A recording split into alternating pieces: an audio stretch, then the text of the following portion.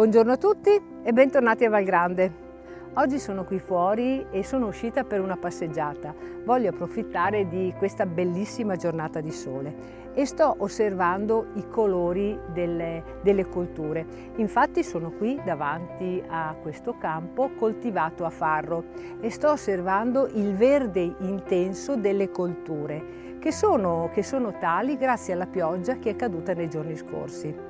Quindi dobbiamo ringraziare queste bellissime giornate di sole, dobbiamo ringraziare anche la pioggerella che è caduta. Come pure voglio ringraziare tutte quelle persone che ogni giorno ci contattano per avere informazioni riguardo alle nostre attività, riguardo all'eventuale disponibilità di posti destinati alla ristorazione o alla disponibilità delle nostre stanze destinate all'alloggio.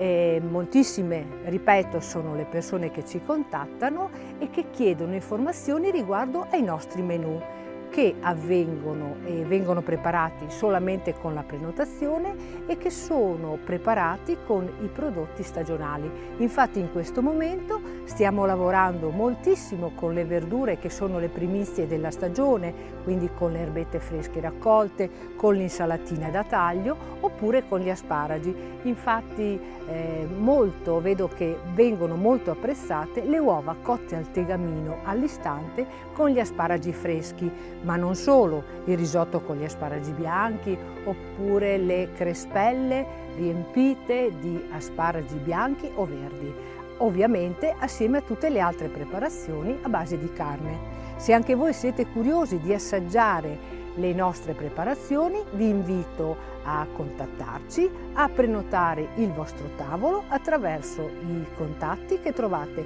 nelle pagine social dove noi siamo presenti o attraverso le pagine del nostro sito. Vi aspetto, ciao, buona primavera a tutti!